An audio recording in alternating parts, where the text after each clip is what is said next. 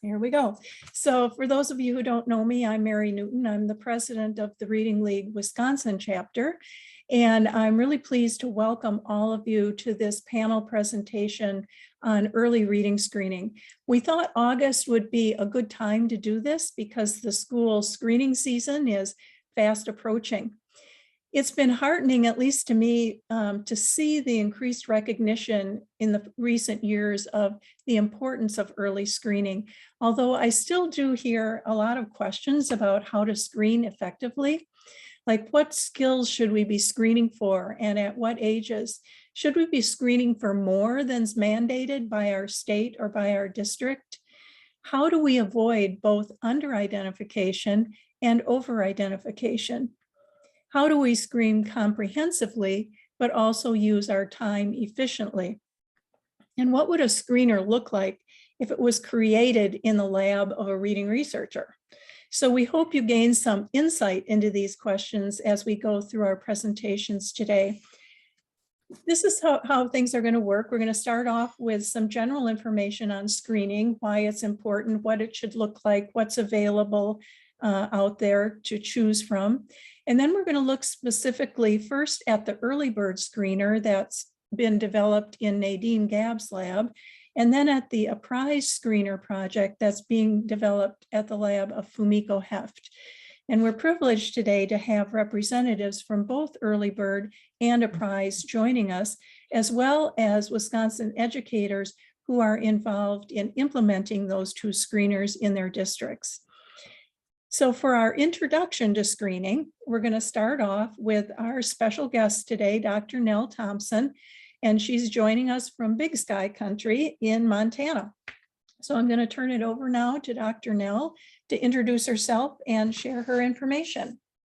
Oh, thank you so much, Mary. I'm delighted to be here. I'm also very humbled. I think the meat of this talk, especially for those of you joining who are eager to hear about the new tools out there that are going to kind of revolutionize how we do business in early literacy, screening, and hopefully which will inform our diagnostic prescriptive instruction. So thank you. So who am I? Originally, Wisconsin, the Reading League Wisconsin reached out to me because ultimately Montana is in the process of forming the Reading League Montana, and it's still in the process. So it's that almost experience. And in that experience, we decided, as Mary said, that this is a very important topic, and it's very pressing. It's very in need in a lot of our areas, especially knowing what we've been through in the last year. And so going into this new year with new eyes for assessment. So I want to start with the story and let you know that I really thought about what does this mean to me. In 2002, I went to Alaska. I drove my little Subaru all the way to the Kenai Peninsula, and I ended up in a little town called Tustamina, which was really just a school in the middle of the forest, near Soldotna, Kenai, and on the road to Ninilchik and Homer, if you've ever been on the Kenai Peninsula. And I ended up in a school that had a specialized classroom. And that specialized classroom was to meet the needs of students who were identified with autism or developmental language differences early on in life. And I was a young practicing speech language pathologist, and I was amazed at what I saw in this classroom. And what I learned is that the state of Alaska had gone forth to really work to find students as early as possible who had language development nuances and that could lead to disorder. And so they screened prevalently, they got students into programming, and they started this early intervention programming basically between birth and 3, okay? So I was the speech language pathologist that was picking students up between 3 and school age. We were through 6th grade at this school. And the students who had this early intervention, who had been screened early, found early, and given this deep, rich language instruction, they were completely different to me. They I was young, it was my first year of my career. I was like, what is so different? Technically on paper, they had been given the same diagnoses. Their numbers looked the same on assessments, but what they received changed their trajectory. And as we know from Patricia Kuhl's work, from Marianne Wolf's dialogue about the deep reading brain, from all early intervention work that we know out there, really finding students early changes lives. And this opportunity that we have right now is big. It's really big because this brain is so infinitely, it has so much infinite potential is what I'm trying to say. And our opportunity to maximize that and to build the schema for background knowledge, to build the vocabulary, to build their experiences, to build their, what we would call their templates for relationships, for knowledge building, for how they interact, all of that.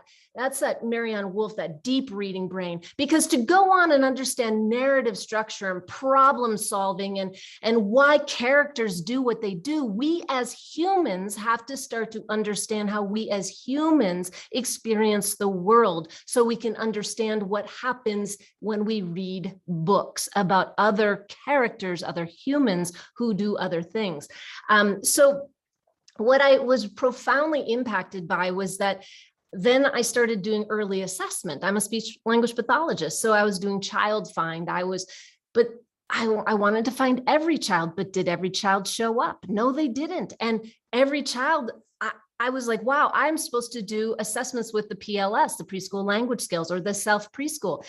And these were not efficient, or they're time consuming. And I'd have to do multiple days with children. And I realized, well, this isn't how we're going to quickly find kids for risk. And there's got to be a better way. So fast forward about to 18 years.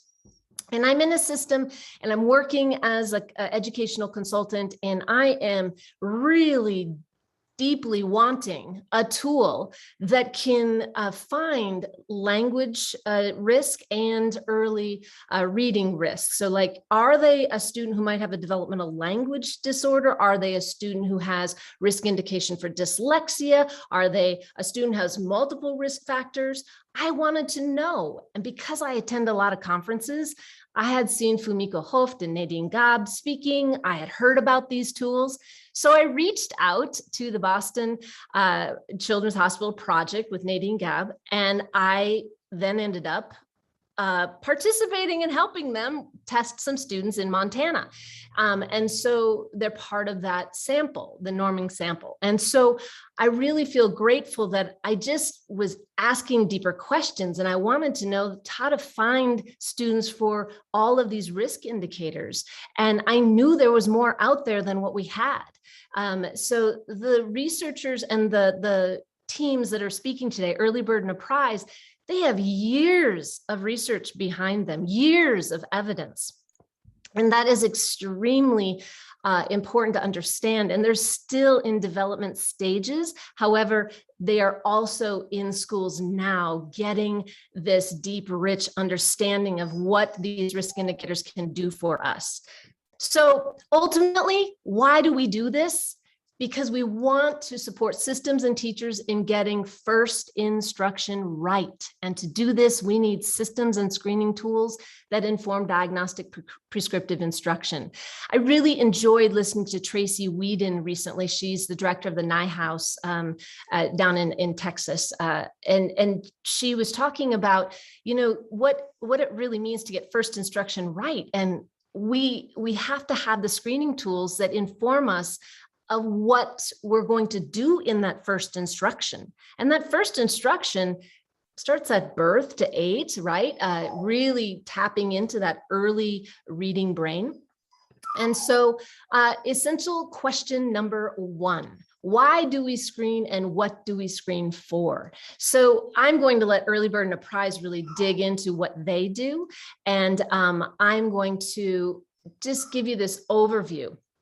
And so are we screening the outcome of reading comprehension, or are we screening the risk for reading difficulties or disabilities? I don't know if I worded that incorrectly there, but what I'm really trying to say is there's a lot of assessment out there, and you might have some of these tools. There's many tools that have really good predictions for certain things.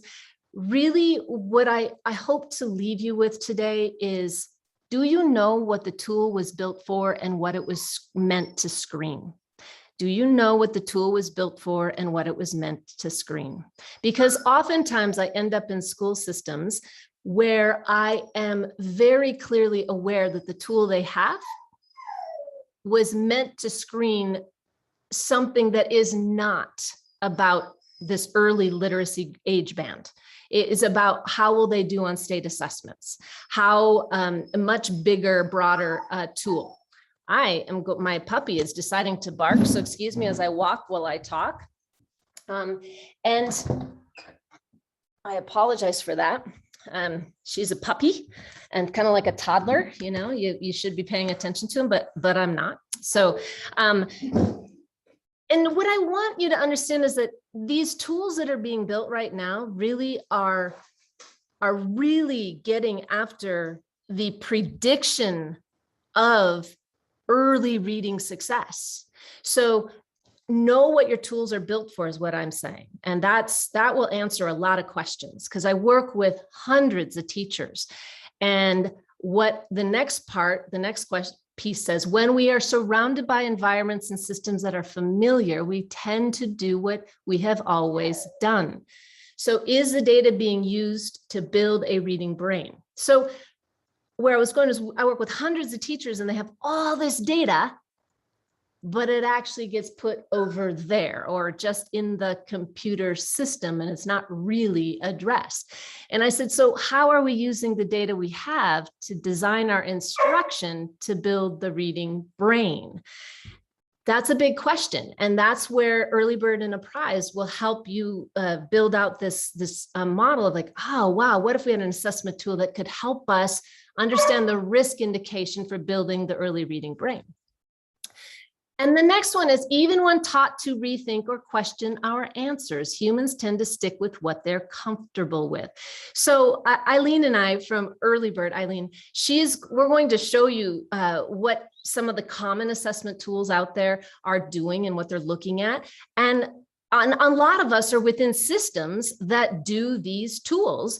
And it's because we're within these systems, this is true story. This is from psychology. Take a look at what I'm about to show you. It comes from this book, okay? This is called Think Again by Adam Grant. He's this organizational psychologist, and what he has found in research is that even when students in his classes are taught that if you look at your answer, rethink what you wrote down, analyze if it's truly the right answer, he'll teach them all about the bias we have as humans, that we seldom rethink what we do the first time. They go forth, they take their test, and he's taught them all about how just go back and question yourself and add to your answer. They don't do it. So we're adults and we're taught within systems, we become habituated into systems that do things a certain way. And to rethink that, it's going to take a lot to say, well, maybe what I'm doing isn't what is really informing my practice. I'm just doing it because it's the system we have. So in this new frontier of assessment, it is so powerful. And screening the underlying processes of the linguistic system, the cognitive system that presuppose, that build the reading brain, to know if these systems are truly working at efficient levels so that we can build the reading brain. That's what we need to know. And that's what these tools are helping us do. So in this, what are we screening for? Now, essential question 2 for me is, if we can normalize up to 92% of the students in K1 in classrooms with resources and knowledge based in the science of reading, then how do we ensure we find the students who are at risk for reading difficulties? And what will that look like? Now, wow, did you look at that number? 92%. Now, Torgerson, I believe, is a study that basically did a convergence of evidence on early intervention studies. And it said between 56 and 92% of the students that had been surveyed for risk normalized. Normalized means that they move into normal trajectories, that they'll be reading on grade level. But I really love thinking of that 92%, because if in some of the research studies, 92% of the kindergarten and first graders normalized when they were found with this risk and they received the evidence-based early reading instruction. Wow. I mean, wow. That's helping us reach that 95% of students can read at basic skill level. So are we getting there? Do 92% of the students in your schools or systems or states reach this normalized trajectory by end of first grade? It's one of those things that when I'm working within schools, I ask a lot, because after the student leaves first grade, their life and the risk indication, it can change drastically. If we don't learn to read by the end of first grade, those baseline foundational literacy skills, our trajectory is very much impacted. And that is very important to understand. So this early identification, early screening, and really getting the right evidence-based early reading instruction in place is the imperative. So we just have to use tools built for early screening. And that's what today's all about. We have to find the kids we need to find. And that is really the imperative. So let's just look at quickly what we have.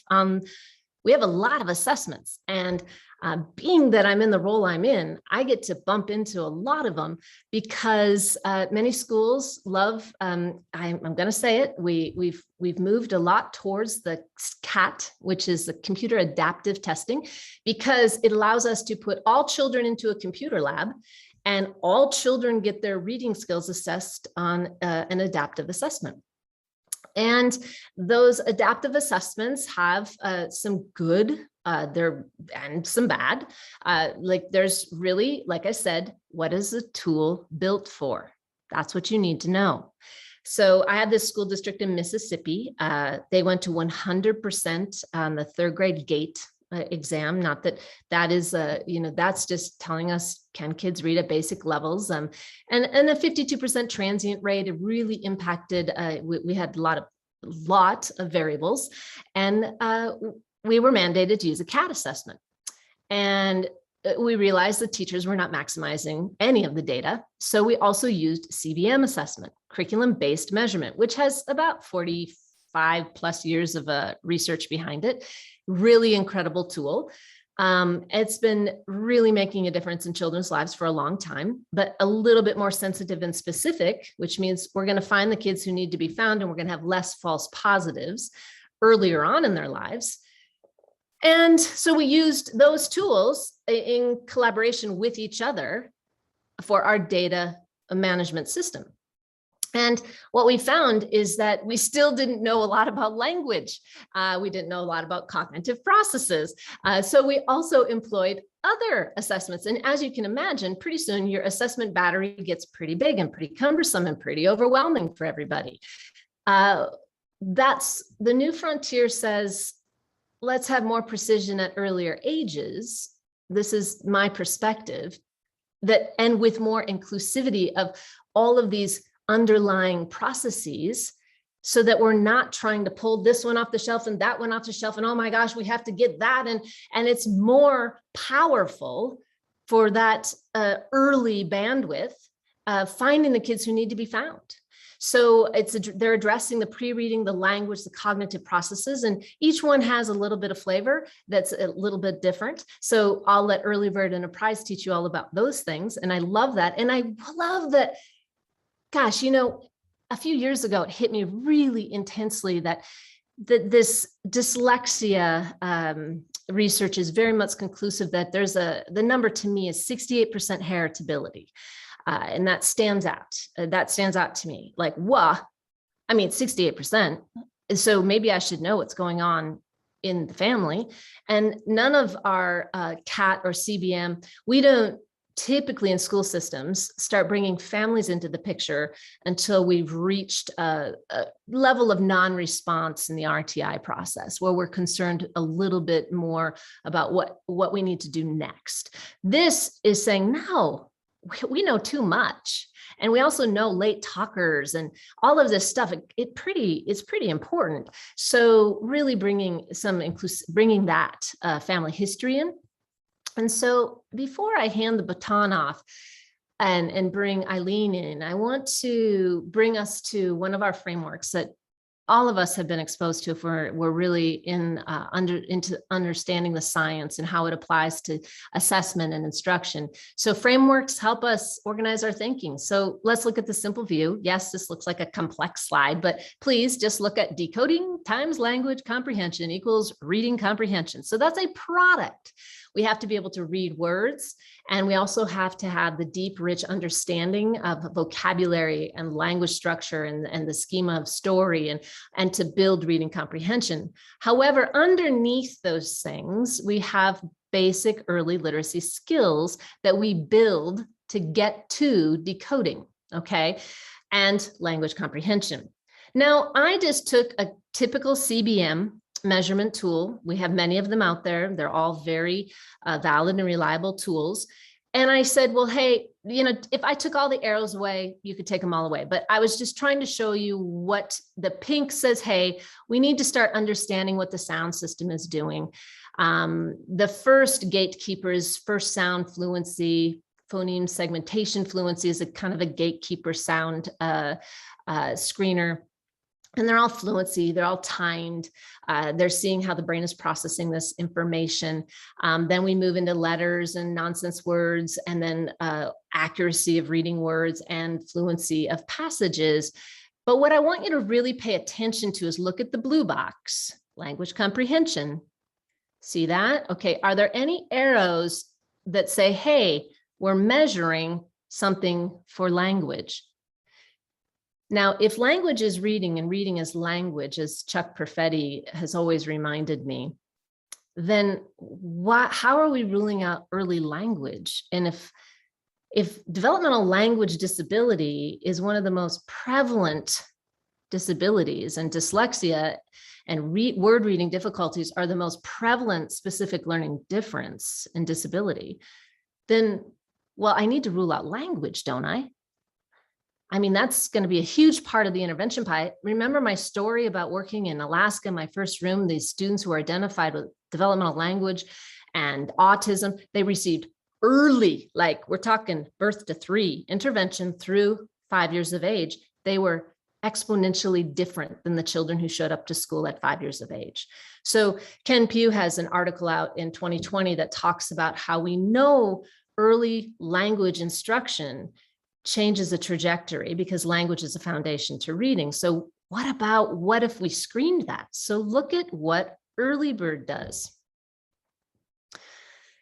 It has actual components that assess not just the early indicators, linguistic indicators for decoding.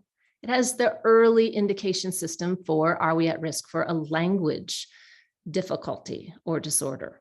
So this is amazing to me. This is why I was so interested in making sure I could figure out how to bring new tools into early identification in the schools I work in, because we need to rule out language. We need to rule in language. We need to know how this language system is processing, because language predates reading. Your language cortex is what the reading brain is built upon. So how is your language processing system working? So what I love about understanding this is that it helps us as educators know that, wow, this child might need language intervention more richly than just learning to learn what early sound system or the alphabetic system, very different. You might see that language scores are really high, and yet they still don't know the alphabet.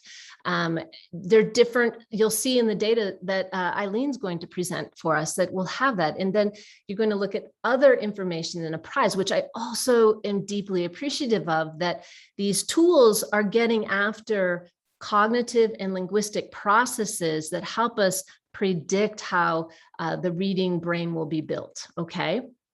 And so with that, I'm going to really emphasize that this new frontier is really about getting it right, not being right. I love Brené Brown, and we're still trying to get it right. We're still trying. We know so much about early intervention. We know if we get in early and change intervention processes and get students what they need early, their trajectories change forevermore. And the current research with Bruce Perry is even showing in the first 2 months of life, and that's profound too. So let's just think about getting this right and shaking up the way things have been done. So let's meet EarlyBird, and we'll meet Apprise as well. So Eileen, I'll let you take it away. Thank you so much. Let me share my screen. And we're going to start actually with Sue Boniuto from EarlyBird, and Sue's going to give us a quick overview on how we got started, and then we'll take a look at the data. Yes, so Eileen will cover what was EarlyBird built for, to use Nell's question, and then I'm just going to take a moment to tell you what is EarlyBird from a very practical perspective.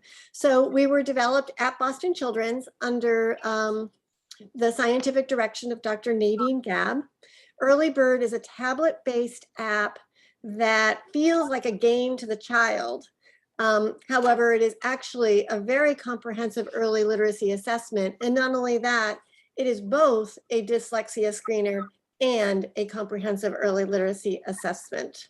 As Nadine Gabb is probably famous for saying, she's trying to change the wait to fail model, wait till 3rd grade, as Nell talked about, to a proactive way to identify students early. Our roots are in research, and that's the whole point of today's webinar, which is so exciting. And the other point I want to make about EarlyBird is that Dr. Gabb felt very strongly that the tool had to be built for teachers and with the input of teachers. So this has been developed basically checking every box of what teachers told us they wanted.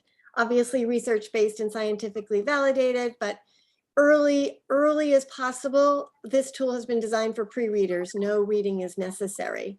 It's quick. The entire comprehensive assessment can be done in 45 minutes in one sitting. It's super easy to administer. Kids think they're playing a game. They love it. They want to play again. It's also auto scoring, so that takes away the bias that comes from teacher scoring. It also makes it so we don't have to train the teachers how to do all of the scoring, and it happens automatically. It's super comprehensive, as you'll learn from Eileen and Nell what they have to say next. And then another request from teachers is, don't just give me another tool that gives me data. I need to know what to do with that data. If I don't know what to do with it, we haven't gotten anywhere. So we have very consciously added to the platform both professional developed before and after screening and a platform of resources that have been vetted for their evidence base and for what kindergarten teachers find useful. So with that, let me just, one more slide. This is our game board, just to give you a visual of what exactly it would look like to a kid.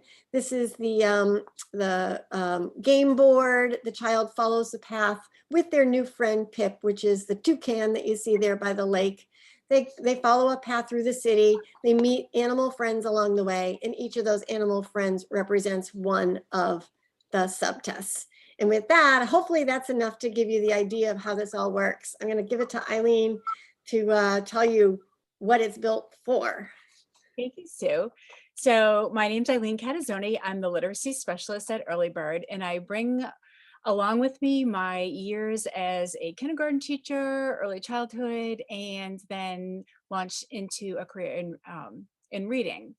So I am really excited about this tool, not only for kindergarten teachers, reading specialists, it's going to really change lives. So EarlyBird is coming to the forefront, being mindful of the Scarborough reading rope. So all the individual strands that are required to be successful in reading comprehension, along with, it's not just decoding and language, it's decoding times language, because if we don't have one, we can't get successfully to reading comprehension. So being mindful of that, we cover components of reading that look at oral language comprehension, that look at sound symbol correspondence, phonological awareness, and we are always mindful of cognitive processes like naming speed. So all of these tied together give us a really nice, robust, holistic view of a student. This is a list of all the subtests that we offer. Now, I know that there's a lot of testing, it's overwhelming. We're also mindful that you can't screen for some of these things at the beginning of the year in kindergarten. So we look at things like in the fall coming in RAN, so the students' processing speed, how fast can they pull things from long-term memory, which affects sound symbol correspondence. It's not really so much about which letter names and sounds you know. It's not an inventory. It's why are you falling within this predictive profile, given that the end result is not a number of how many letters you know, but your normed percentile, which is a really nice piece of data. We look at phonological awareness as a continuum, starting with rhyming for sound matching and blending. Towards the middle and end of the year, we move towards functions like deletion, where students are then manipulating the sounds and words, where that's a really complicated skill of phonemic awareness at the end of the continuum. And we're able to measure that with our normed percentile. We also look at oral language comprehension. We look at vocabulary. We pull in semantics, following directions. How does a student process language? What is their understanding of language? Take away the reading and the decoding. Are they able to comprehend sentences given to them orally? So that's a really nice picture of what a student is bringing in with them into the kindergarten classroom before even any curricula is addressed. At the end of the year in kindergarten, we look at word reading, which is a nice assessment of what a student is able then to accomplish. After a teacher administers the screener, you get information. It's presented in normed percentiles. It looks something similar to this. So this would be maybe the beginning of the school year for a kindergarten classroom. We have subtests broken down into their components. So all of those that are related to oral language are grouped together, phonological awareness, sound symbol, as well as naming speed. And we've got an algorithm that will take some of that data and apply it to a predictive profile. At the beginning of the year, you'll get a risk flag for those that are vulnerable for showing signs of dyslexia. And later on in the year, you'll get a potential for word reading, which will then look at other subtests that compile in a nice algorithm, the predictor of those students being able to read at above the 40th percentile in other screeners for word reading. So we have a really deep look at some predictive and some, at this moment, snapshots of what the student is looking like and what they could look like without proper intervention at the end of the year. So this is a look at a whole class. It's nice because I can get a snapshot of my classroom. I can see areas of shaded blue. So dark blue is the 20th and below percentile. Light blue is the 21st to 40th. And I can see either students that are my highest needs, or I may even see pockets of where my curriculum hasn't met the need at my tier 1 instruction. So I'm able to look at this both vertically, so where are my needs in my curriculum, and horizontally for which are my highest need students. I also can click on an individual student and I get a picture of where their lowest scores are, as in thinking about components of reading. Are they low in phonological awareness, or are they low in oral language? When we talk about developmental language difficulties, I'm able to see that by just grouping this great array of subtests together and then making some assessment about where my student is low. So I thought it'd be fun to give you kind of an example of what was it like what was it like for me, what it might be like for you if we don't have the right screening tools. And I know in kindergarten, as a kindergarten classroom teacher, we often used an assessment that really just looked at leveled reading. And by the end of the school year in kindergarten, I was supposed to have my students reading at a C4 or higher than that, but certainly not below. And oftentimes I would be stuck with looking at two students that if I just looked at their oral reading fluency with connected text, I would just see that, hey, they're both B2. They're not making gains. They're below benchmark. I really didn't know why they were not at benchmark. And if I use other assessments that are good, valid assessments, but as Dr. Nell said, what is the tool and what is it looking at? If I looked at non-word reading, yeah, they were below there too, but I didn't necessarily know why. Why are they below benchmark in non-word reading? Why are they not at where they should be in my guided reading level? So it wasn't until tools like EarlyBird came along that gave me a very clear picture of what actually is going on behind that. I needed to peel back that nonsense word reading, that guided reading. I needed to see exactly the processes that went into that and where were my students following behind. So with the EarlyBird screener, I get a very exact profile, and we're going to look very closely at those. So a profile of both reading students. Yes, they're reading connected text at a grade level, at a reading level B2, but what does it look like behind that? So if I look at Samantha, EarlyBird shows me that Samantha is low in retrieval. She's low in what would then later on be fluency of reading. So she has trouble pulling familiar objects, naming them and bringing them to the surface, which could actually require her a different type of instruction around sound symbol correspondence. So I can see she's low in letter naming and letter sound. And why is it that she's low? I could be giving her, exactly what the curriculum is telling me. We're going through the alphabet, but Samantha, because she's got issues with retrieving information fast and automatic, might need more repeated practice. She might need multisensory instruction. And when I look further down in her reading profile, I can see, wow, well, she's got some strengths. She's strong in phonological awareness. She's doing great. She probably can sound out words, but if she doesn't know what the phonemes are for those graphemes, if she can't pull that out of long-term memory, she's going to struggle.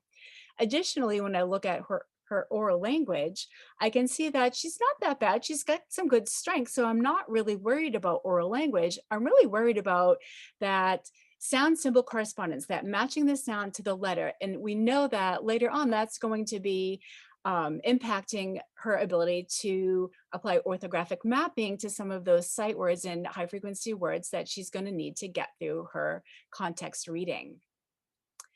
In contrast to Samantha, I now look at, well, what's behind Jason's low reading? I can see that Jason, although his RAN looks nice, he's got a really solid foundation in letter names and letter sounds. When I look at his phonological awareness, I see, wow, he's struggling. He's struggling in rhyming. Yes, I've been delivering classroom instruction on first sound, so he's doing okay, 47% when we think about the bell curve, like that's okay. But look at blending and non-word repetition. He's really struggling with some of those skills. Now remember, blending, EarlyBird does not look at anything that is reading related. Blending, the students hear sounds receptively and orally give back what was the word when I heard those sounds.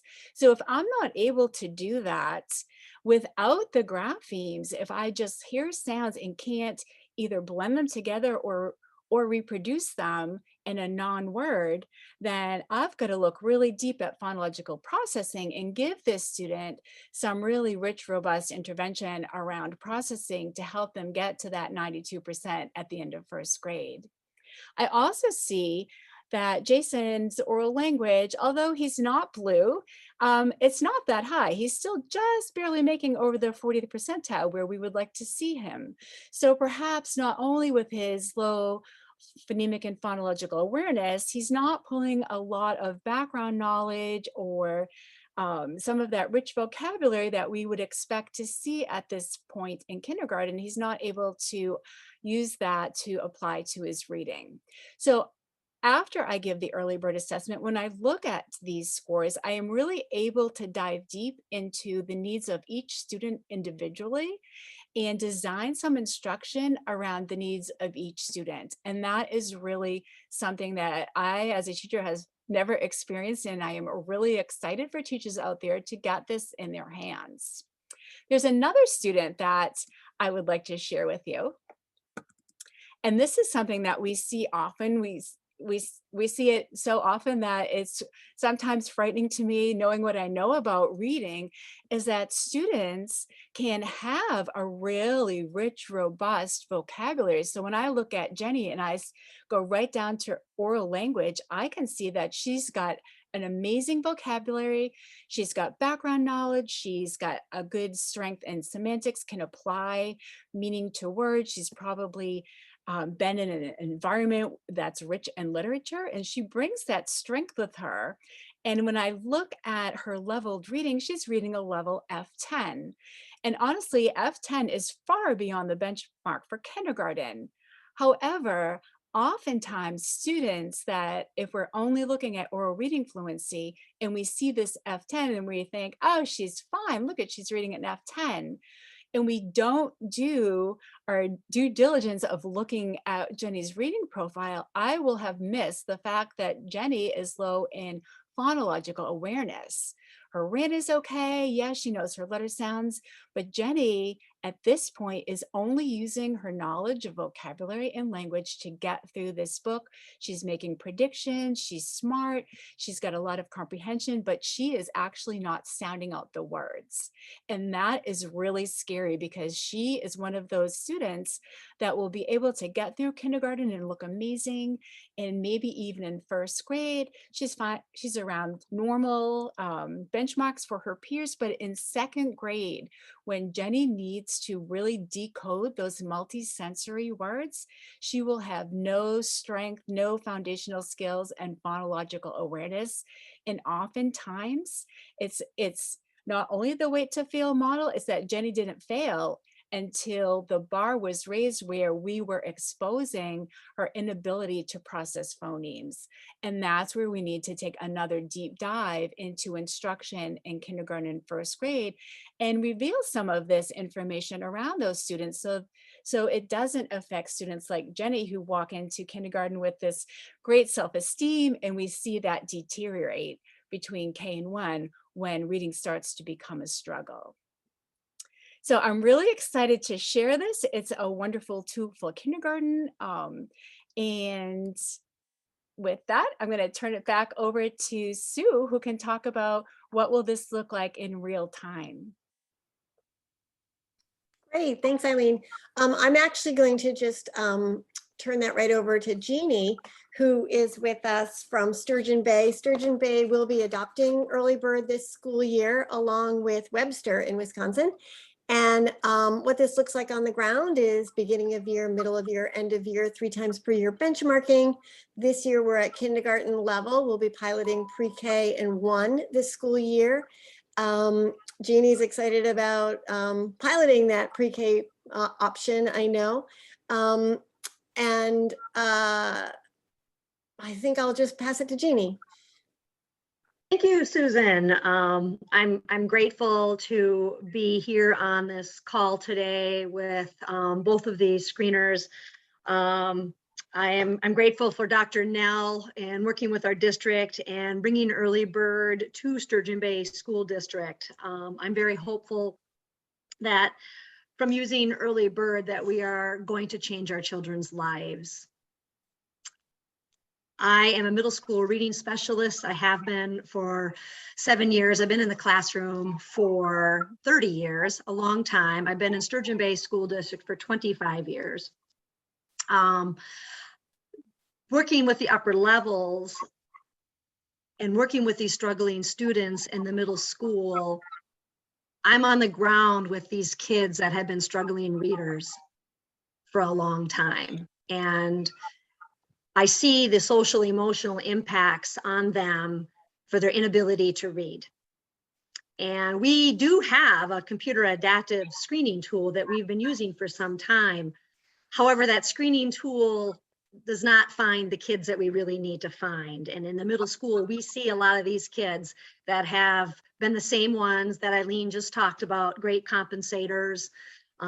They have a strong oral vocabulary, they have rich backgrounds, and they've just never been identified of having word recognition issues. So this year I have a unique opportunity. I will continue my work in the middle school, but I get to be on the ground with kindergarten and launching this new phenomenal early bird screening tool. And I'm excited about being able to look at the data and support our teachers with instruction, because I believe Eileen said earlier in her presentation that yes, most of our schools, all our schools use screening tools, but the challenge is taking that information, that data, and using it in the classroom. And EarlyBird, with their wealth of resources embedded into this program, I can immediately help teachers at the universal level with their core instruction to target a lot of reading needs that have been screened through EarlyBird.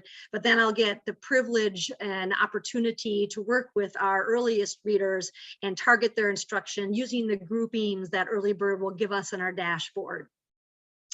So I'm pretty excited about these opportunities to work with EarlyBird and to work with our staff with this new screening tool, and work with Dr. Nell, of course. So I'm going to go ahead and then introduce all of you to Apprise, which is another screening tool that's being developed. So go ahead, Katie. Hi, everybody. Thank you so much for having me here today. My name is Katie Gelsamini. I'm the project manager on the Apprise project, and I work out of the University of Connecticut. I'm going to share my screen as well so I can give the presentation. Is everybody able to see that screen okay? Just give me a thumbs up. Okay, perfect.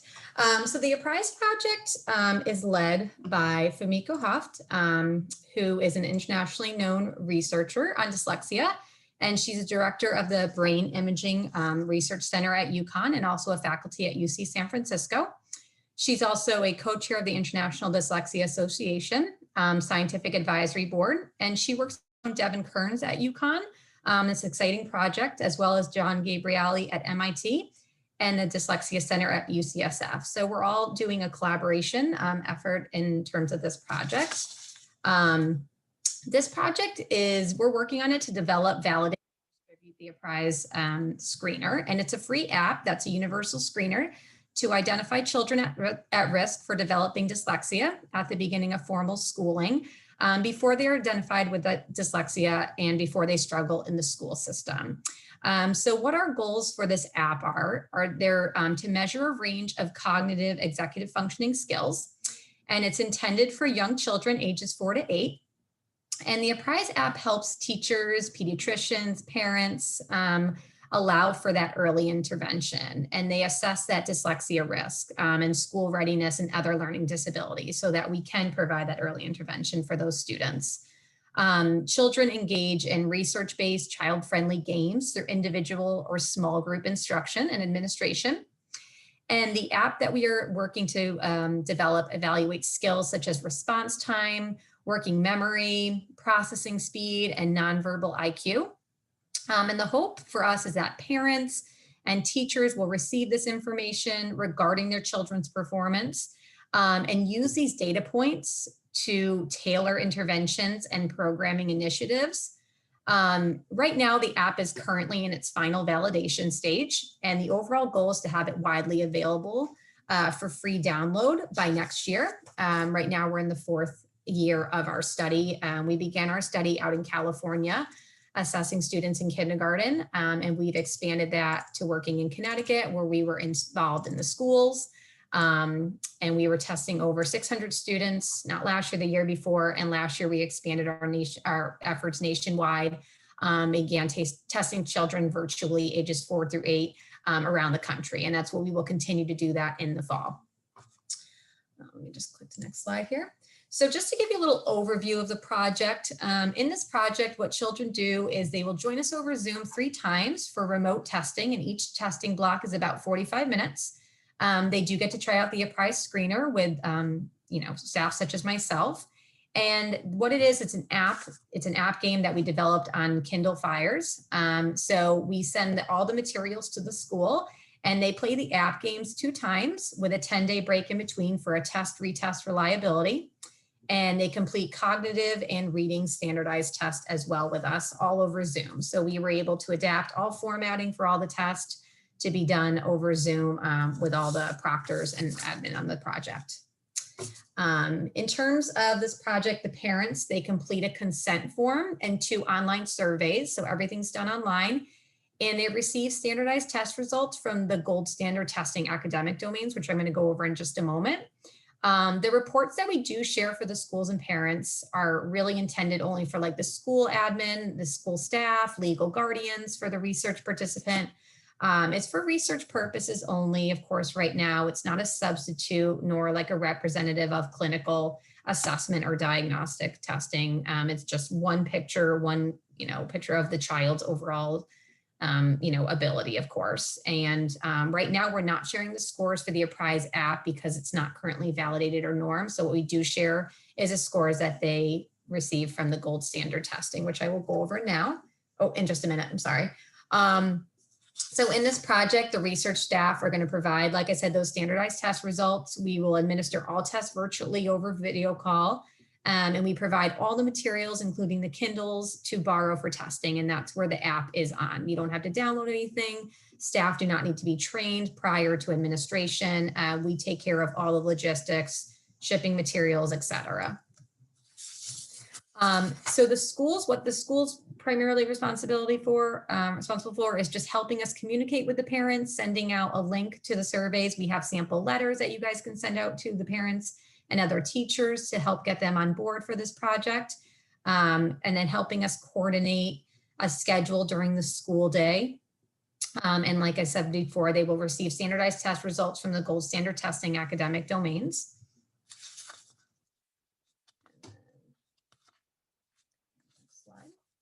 These are the different academic domains that schools and parents will receive standardized test results for the following.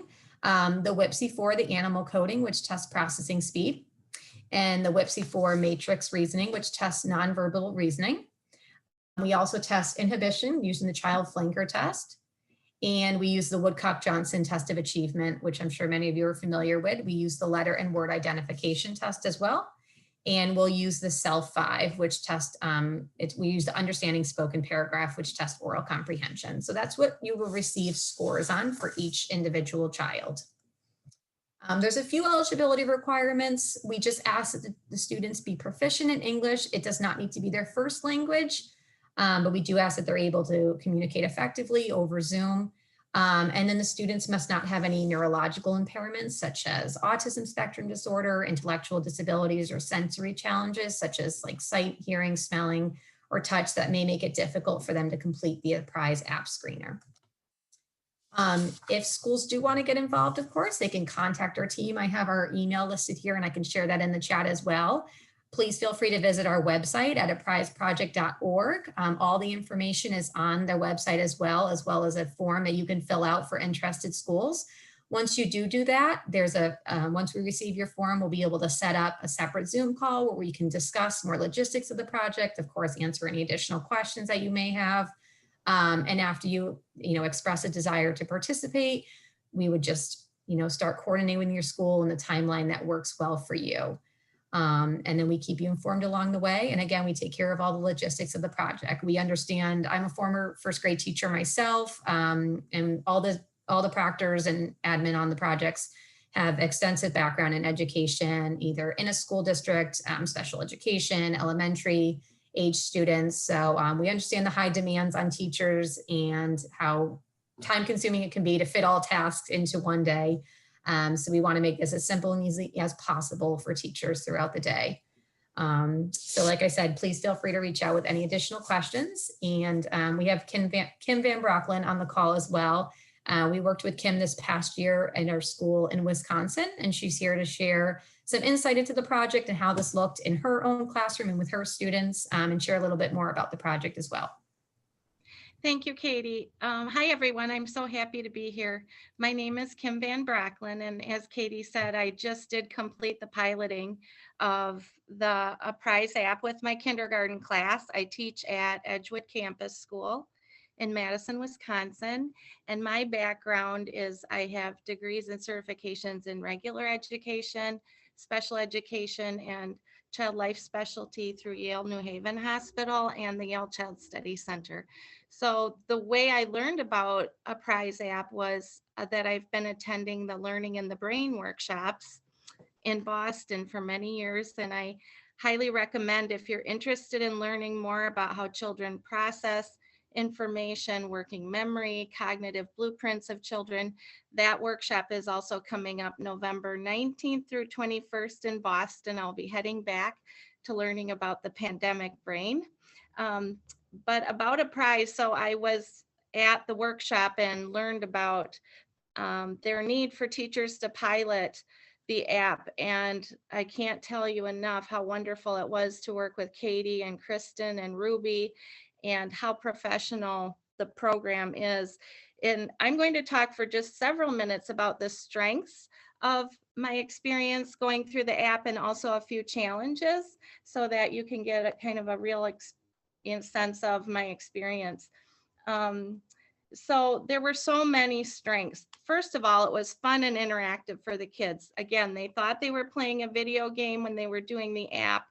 It was a bit of a challenge to keep them reminded, like, your turn is coming, please be patient, because they all wanted to go.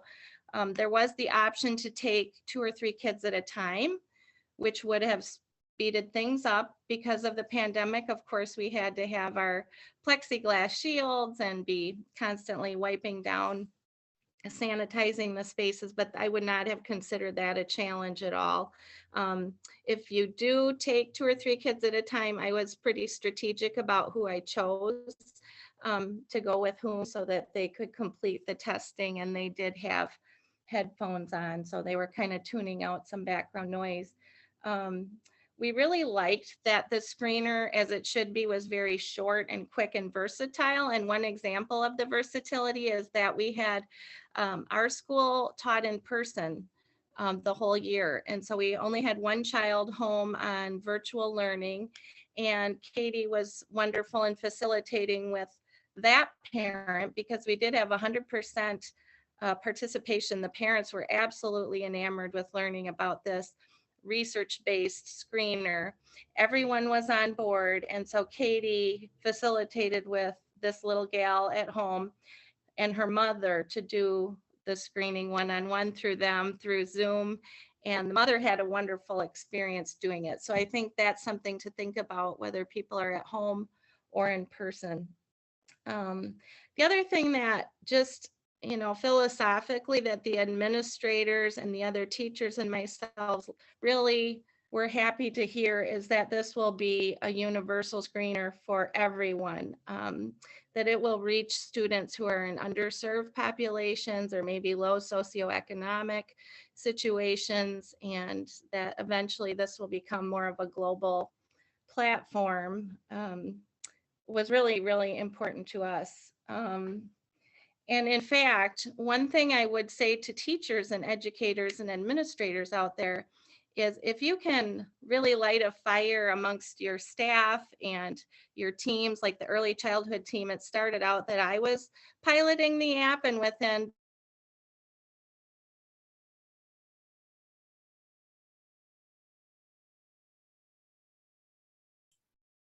Kim, can you check your audio? We're not being able to hear you.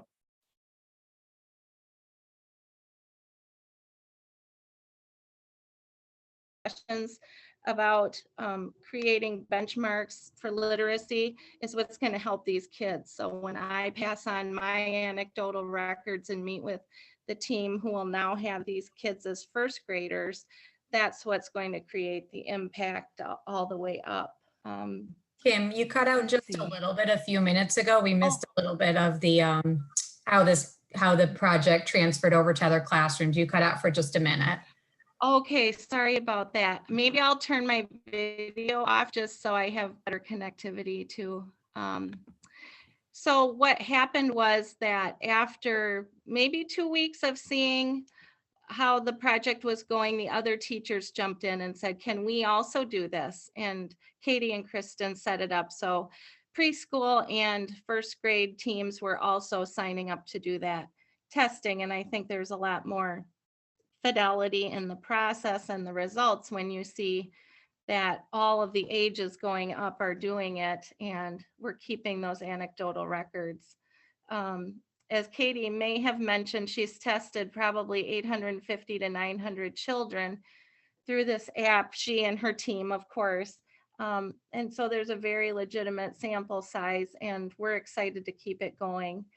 Some other very quick things I would consider a real asset was the data portion. The parents received a very easy to read data sheet regarding the gold standard testing. And I was told that they could completely understand by how it was explained, what does a raw score mean? They gave the range, you know, of 7 to 13. It listed the name of the test. It might say WIPSI 5. Animal coding, and what did that mean, and where was the score supposed to be. And so that was really nice for the parents and the teachers. Also, I just think it's really special that they do such a deep dive in the executive functioning skills.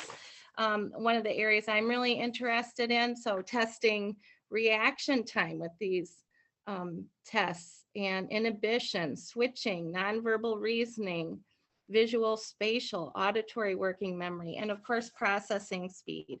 So I think combined with what Katie and her team were doing over Zoom with the testing and the anecdotal records I was taking, we really came away with a good sense of how the children were doing. Finally, I think there were just a couple challenges, and one of it was that, you know, obviously technology has a mind of its own, and sometimes we had glitches at school where it would cut in and out, but we did the best we could, and I think they were really understanding about saying, we'll try again tomorrow or a different day, which was really helpful. It was just something we had to be aware of. Also, just being really organized was a big part of it, because you can imagine receiving 17 Kindles. What I did is put a little note card with contact paper over it, which had each child's name and the password that would be needed to log in, so that because they all look alike, you're grabbing the right child's device, because they'll be using it over and over. And there were also 2 Zoom Kindles and labeling the Zoom Kindles. So just beyond that, the scheduling, we all jumped in to really help each other.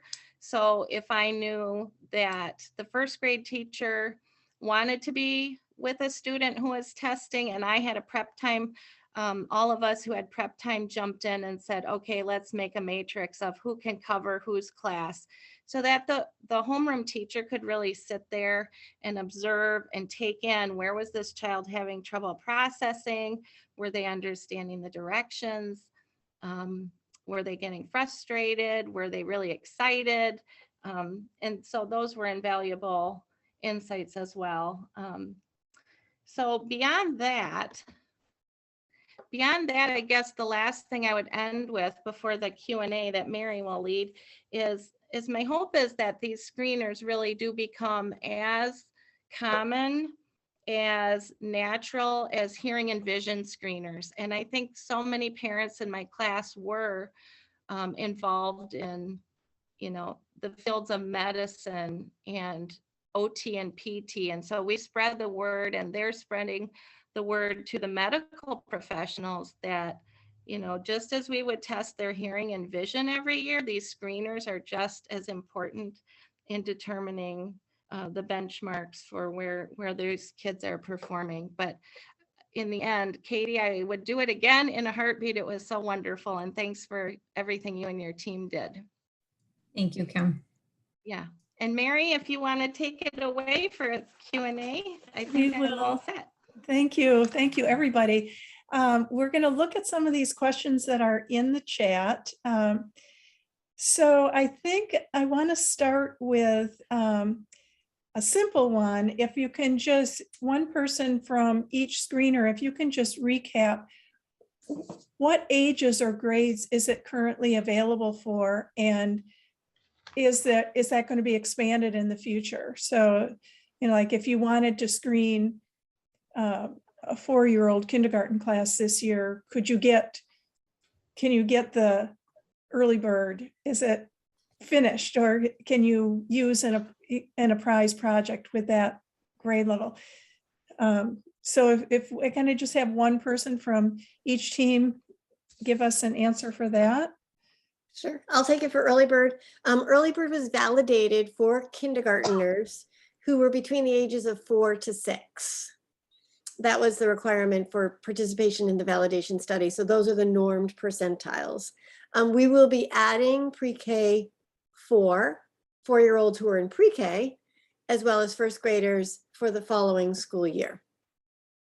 So depending upon, the real issue is the normed percentiles, knowing that when you're looking at the scores, you're comparing that student against a kindergartner ages 4 to 6.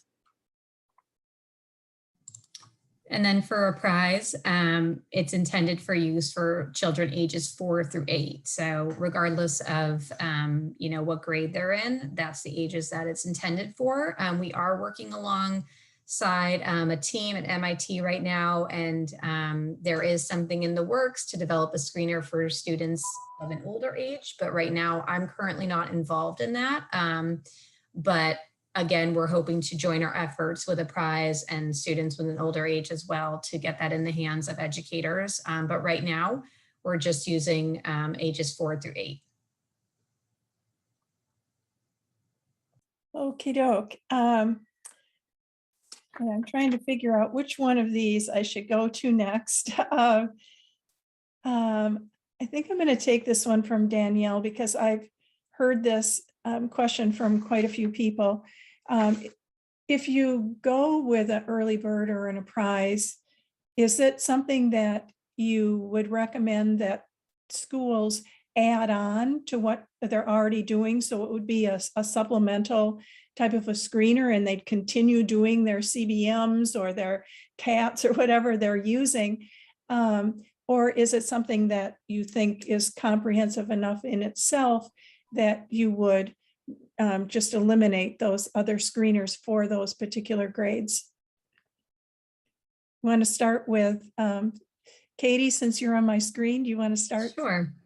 I would say it's an add-on assessment right now for the Apprise project. Again, I know many times a lot of these screeners and testing that's done in school is a requirement of the district. So I know there's things that we can't always control, but I would say right now it's an add-on just because of the executive functioning piece of it. We want to make sure we're still looking at those literacy pieces, especially with those younger students, which is not built into currently the Apprise app.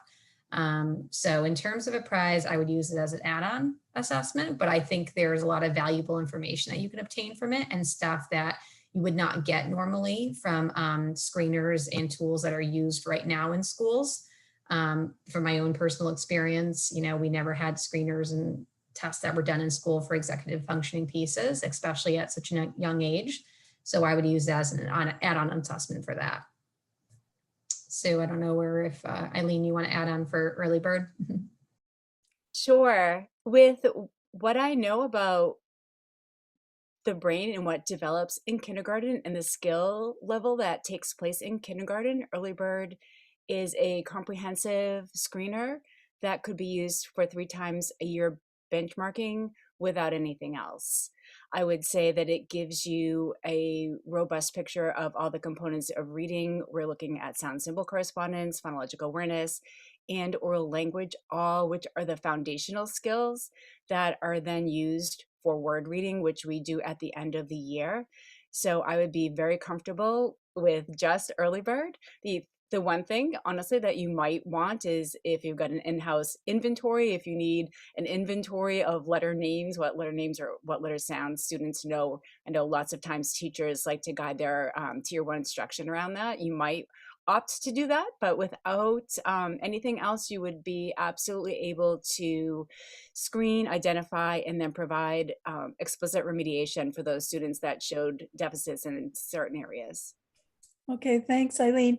As long as I have you on the screen right now, Kelly was asking if you could show or maybe describe what the parent report would look like. Would it look like that horizontal line that I'm seeing that the teacher gets to follow for one student, or? Yes, I'm sorry I can't show you what the parent report looks like right now, but it is very parent friendly. It is written in terms where a parent can easily understand strengths as well as weaknesses of their students, and in a visual presentation that's easy to understand. So it's not complicated, it's very easy to follow, and we also provide some next steps that parents can do at home to help support some of those skill deficits that they read about in the report. Great. How about for Apprise? Is there, can you give us a little description of what is I know during the pilot process, you're also doing all this gold standard testing. And so there's information coming in from that. But when it's up and running as a screener, what is the parent going to see for screening results for their student? Yeah, that's part of actually the discussion that we're having right now with our team at MIT as well, because we actually are trying to get a panel of teachers and parents to really emphasize like what are the main components that parents and teachers want to see from this. So a lot of that is a little bit of a work in progress. Of course, with everything involved in research, things expand, but what we offer right now is we will provide the parents, of course, with a report, a little overview of the project. We have a list of all the tests that were given and what they test for. And then they're provided with like the raw scores of their just individual child, of course, and then a raw school sample average. So how they compare to like their peers for each individual test. And then when we do meet with the schools, parents are, of course, included and invited to attend any meetings or reach out to us separately. And we have a separate document that my colleague and fellow project manager, Kristen Johnson, created as well. That goes through some of these executive functioning skills and what they really mean and how we can work with the children in the school if we see deficits. So it kind of gives an overall like picture, and it helps some parents and teachers really dive into some of these skills that we might not be as familiar with, especially if we don't have that lens on. So like I said, they do receive the report right now that has the raw score and raw school sample average, but we really want to evaluate and expand on that when we develop this and put it into a final product. So that may change a little bit, but we're trying to get feedback from teachers and parents right now for what would be the most helpful in the future. Okay, and then we had a request. Kim, did you have something you wanted to add to that? I saw your hand up in the air. I just also wanted to say that several parents commented to me that the cover letter, which you'll recall, Katie, that came from Dr. Kearns from UConn, which came to the parents, was so lovely because it described the reason for the testing and why they selected certain tests as academic achievement and dyslexia risk samples. And I think that was a really important piece to it, telling the why and why they were selected and giving examples and statistics about, again, if the children are struggling with working memory deficit. I think it said, he gave this quote, for example, kindergartners with working memory deficit experience 2.8 times higher risk of reading failure in third grade, and gave some footnotes. And so those things really stick with parents because they had mentioned to me that his letter made a big impact on them. So I think that was just a piece I wanted to mention. Great. I have three more things that I know we're at 12:15. We're probably going to run a few minutes over. I hope that's okay with everybody, but I want to get in these last three questions. People are looking for just a recap of what are the differences between Apprise and EarlyBird? If you could just address that briefly. Katie, you want to go first?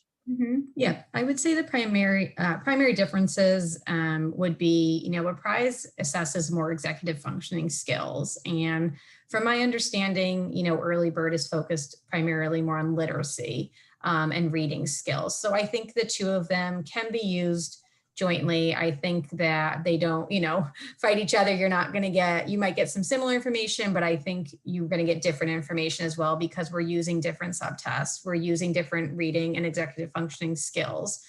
So I think they're both very valuable to have, especially in the classroom, with our young learners. And so I see that as a primary difference. And maybe, again, going more into details, what some of the information you receive and how you, assess these and how you provide this, for the classroom.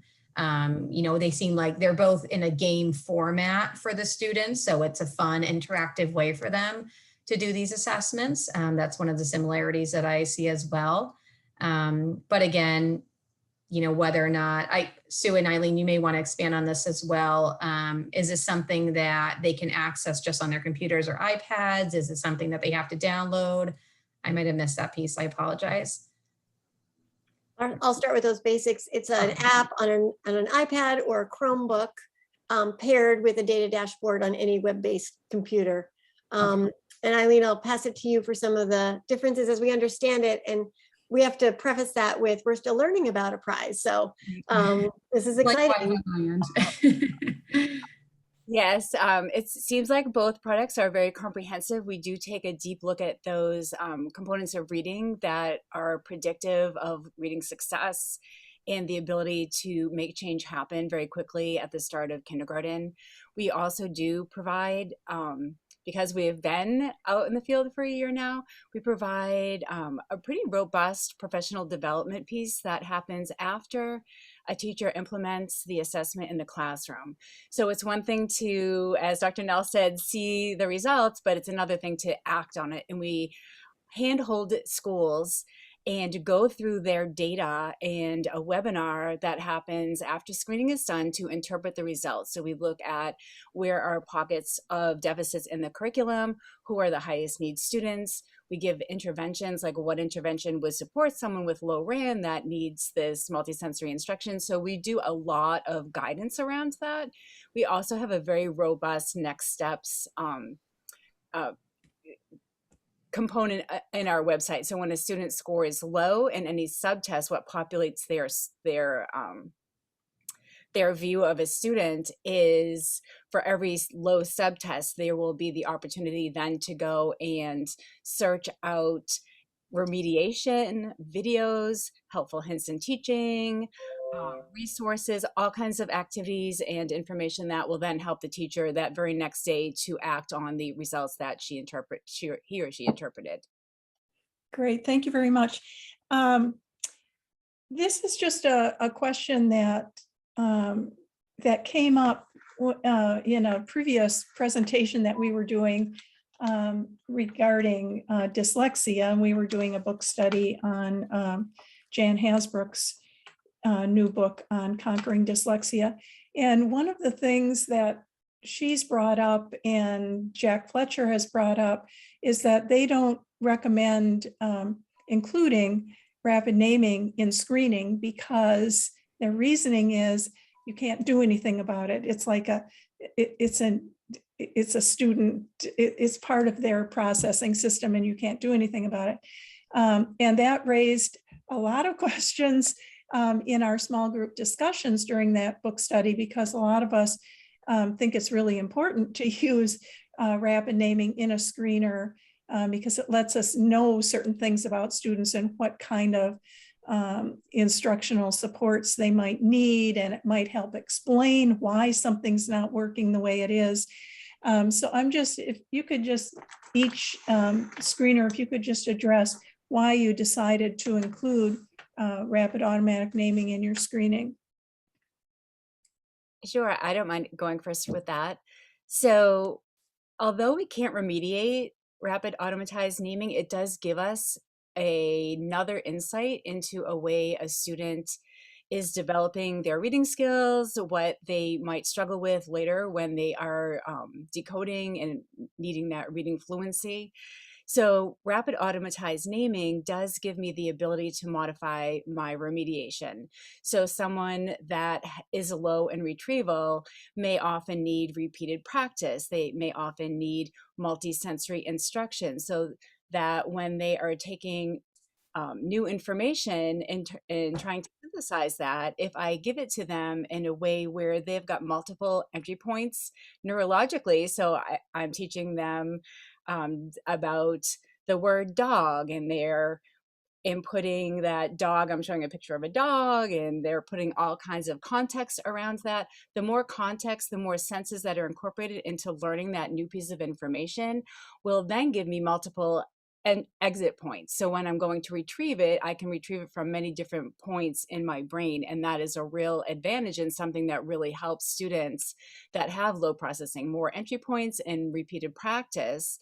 Marianne Wolf has told us with numbers like the normal student needs somewhere 40 to 100 exposures to new information, where someone with low RAN needs up to 400. So think of, as a teacher, knowing that someone is low in RAN, I will be able to give them in remediation many more opportunities to practice that new information and synthesize it, and then in a result, pull it out, hopefully in a quicker and automatic manner later on when it's required. How about Apprise? Why did you decide to include RAN in your screener? Right. So right now we actually don't have it in our screener. It's not one of the subtests that we use.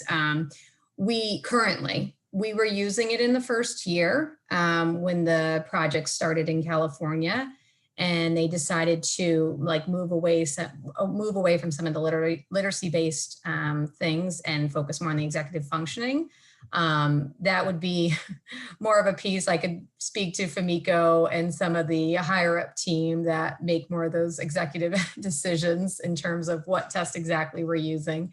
But currently right now, the way the screener is, it is not included. But it was something we used in the past that they, like I said, we're focusing more on the executive functioning piece currently. Mm-hmm. Okay, thanks. We had one, as long as you're up, Katie, this is our last question. Wish we had time for more, but there was a specific question about Apprise, and I think EarlyBird kind of addressed this, but how are the results on Apprise being used by teachers to inform their instruction in the classroom, whether it's full class instruction or what they're doing for supplemental instruction for some of the kids who are struggling? I saw that question. I was hoping that Kim might be able to, maybe Kim wants to answer some of that as well, just being a current teacher herself, and maybe how you use it in your classroom. I think there's a lot of ways that it can be used, but Kim, do you want to start maybe by addressing that? Sure. Yeah, we, ultimately just want to optimize every child's programming. And so a big part of that was, how do we use the results? We've always tried to say our mantra is let the data drive the intervention. And so one kudos I'll give to Apprise is that I think the turnaround from the end of the testing to receiving the results, wasn't it like 2 or 3 weeks, Katie, where you got those sent back to us? So it seemed very quick. And so the biggest piece, the next step we took was that the team, the kindergarten team and the first grade teachers met. And so we'll be looking at those students that the first grade teachers will be inheriting and talking about, what are the benchmarks where these kids are starting. And we kind of did a timeline of, where they started the year and where they ended the year, and think that we could give this multiple times a year, possibly. We also do the STAR testing, but mostly right now, since it's our first time through, it's about communication and what strategies are we going to use? Can we make small group instruction for kids who are landing in kind of a similar area for those skill sets that need bumping up, like Eileen talked about, So that's kind of where we left off because we finished right at almost the last week of school. So that'll be one of the things we'll jump in on in August is how did it end last year and how are we setting these first graders up for success based on the data we had from Apprise, and they'll be doing more in the fall with Apprise. Yeah, that's great. And I think having the communication with the parents too helps, then the parents are coming in and asking questions in the school. So it's not just the teachers seeing the results from the screener and deciding what they're going to do with it, but having that communication with parents who want to know, what are you going to do with the results of the screener? I think it's just going to open up a lot of communication. I see there's just a quick question. When will Apprise be ready to launch beyond the pilot? I think you said you're hoping for fall of 2022. Is that right, Katie? Yeah, so I'm actually confirming right now with the other project manager because originally we had to push our timeline back because of the pandemic, because of the virtual formatting and testing. We were supposed to travel to schools. We wanted it available in February of 2022, but I'm just confirming right now. I sent a quick text message because there was a recent meeting where that might have been changed. We might have to push it back a little bit further. But Jana, I'm happy to send you an email as soon as I get that information. I just don't want to give you the wrong information. I wasn't included on the meeting last week. I wasn't able to attend, but from what I heard the week before, our goal was still of February 2022. So I will be happy if you'd like to put your email in the chat too, to get back to you with accurate information as I know with real time. Okay, thank you. So I want to thank all of our presenters for being here today. This has been a real treat for us. Of course, our Wisconsin people, Kim and Jeannie, but then Susan and Eileen and Katie and Dr. Nell. It's just been wonderful having you all on here with all your expertise. I did the link for the request of a certificate of attendance is in the chat box. So if you need that, make sure that you copy that. I'll probably be sending those certificates out tomorrow. And I think that about does it. I think we're much more ready for screening season than we were when we started. So thank you once again. We appreciate all of our panelists, and we appreciate all of you logging in to view this with us. So I think we'll end it right there. And a lot of the participants have put email information in the chat too. So feel free to contact them directly if you need to do that. Or if you've lost an email, you can always email us at, you can email me, Mary at the Reading League, and Mary at wi.thereadingleague.org, and I can give you their email address. So all right, I think with that, we have gone about 15 minutes over our planned time. And so we're going to call it a day, and good luck with school year, everybody. We appreciate everything you do out there with the kids. Bye.